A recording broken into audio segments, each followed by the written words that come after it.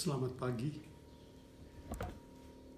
Pagi ini saya ingin berbicara tentang satu tema yang dalam kehidupan kita sangat penting untuk kita perhatikan. Karena itu berhubungan dengan bagaimana cara kita membangun kehidupan kita, atau bagaimana cara kita menjalani kehidupan kita dengan baik. Fokus perhatian saya pada pagi ini adalah imajinasi dan kenyataan.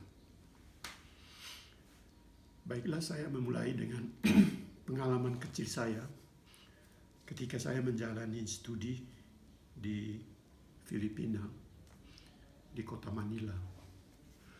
Suatu pagi, saya pergi ke salon untuk menggunting rambut.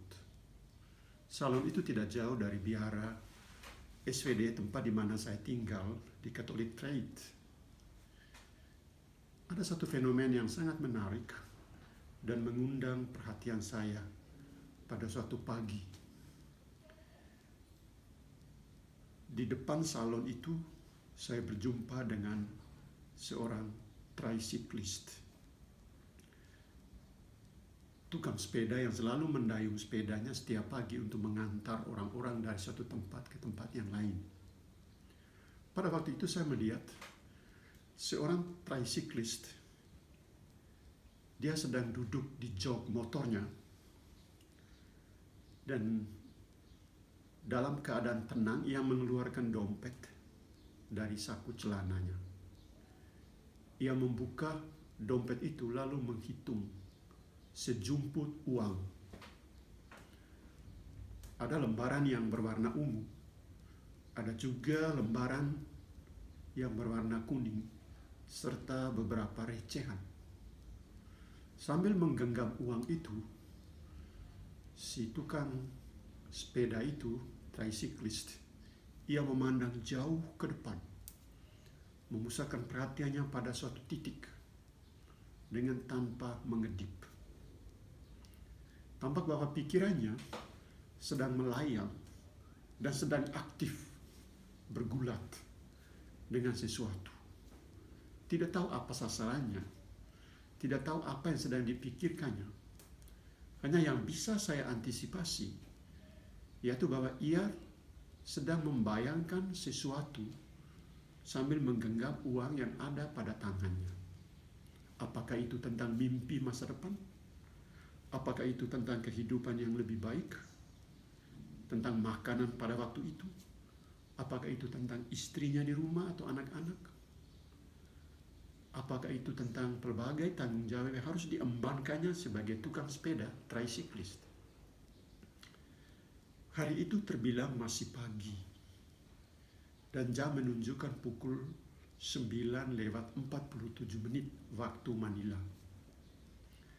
Aktivitas pagi si tricyclist hampir mencapai setengah hari dari seluruh perjuangannya, dan ia kelihatannya belum menghasilkan uang dengan angka 500 peso. 500 peso dalam perkiraan orang-orang Filipina itu adalah angka yang cukup besar kalau bisa diperoleh dalam setengah hari atau dalam sehari. Boleh jadi ia sedang mengejar suatu target dan di dalam dirinya ada suatu hasrat yang belum tercapai. Hidup harus mempunyai target atau sasaran tertentu. Mungkin juga hal ini yang dibayangkan oleh si tricyclist itu. Dan untuk hidup,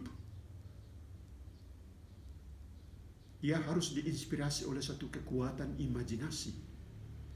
Dan imajinasi itu harus membakar semangat, menggairahkan hidupnya. Seorang tukang becak, tricyclist, atau seorang tukang ojek yang sering kita jumpai setiap hari di jalanan adalah orang-orang dari kelas bawah. Mereka tidak mengabdi kepada siapa-siapa. Mereka tidak mengemis pekerjaan kepada kaum kapitalis. Mereka juga bukan pekerja toko atau buruh bangunan. Mereka hanyalah orang-orang jalanan yang lalu lalang dengan sepeda, becak, ojek, untuk mengantar orang dari satu titik ke titik yang lain. Tapi yang ada di dalam diri mereka juga adalah suatu imajinasi. Mereka adalah para pejuang hidup yang mempertaruhkan eksistensi mereka secara amat natural dengan melewati lorong-lorong kota siang dan malam. Sambil menawarkan jasa, mereka mengadu nasib di jalanan. Tanpa malu meminta orang menumpang pada becak, pada ojek mereka. Tanpa peduli pada panas, pada teriknya matahari, pada polusinya udara, atau pada hujan dan angin yang menerjang hidup mereka. Mereka tetap berjalan dan berjalan, menelusuri lorong-lorong kota. Karena yang ada pada mereka hanyalah kepercayaan diri, self-esteem. Dan kesadaran itu mewujudkan mimpi dan imajinasi. Mimpi adalah inspirasi. Imajinasi adalah sumber kreativitas. Dan utopia adalah kekuatannya. Namun mimpi, utopia maupun imajinasi semuanya harus diuji melalui kenyataan dan dipertajam melalui lika-liku hidup. Pengalamanlah adalah tempat di mana mimpi, imajinasi, dan utopia diekspresikan dan diuji kualitasnya. Hidup adalah medan uji, tempat pertempuran bagi setiap manusia yang mempunyai imajinasi yang kuat untuk suatu realitas yang ingin digapai dalam hidupnya.